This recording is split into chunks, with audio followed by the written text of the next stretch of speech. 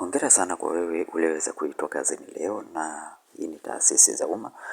Hii ni kwa wale waliofanya usaili tarehe 11 mwezi wa 8 2025 na tarehe 25 mwezi wa 7 2026. Majina tayari yameweza kutoka, na kama ulifanya usaili katika tarehe hiyo lakini hukuona jina lako, usikate tamaa, omba tena pale nafasi zitakapoweza kutangazwa.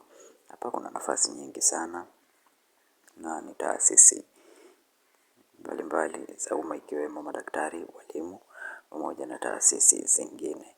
Kwa hiyo hakikisha unapakua au una download barua yako ya kupangiwa kituo chako cha kazi kupitia akaunti yako ya ajira portal na kuweza kuripoti nayo katika kituo chako cha kazi ulichopangiwa.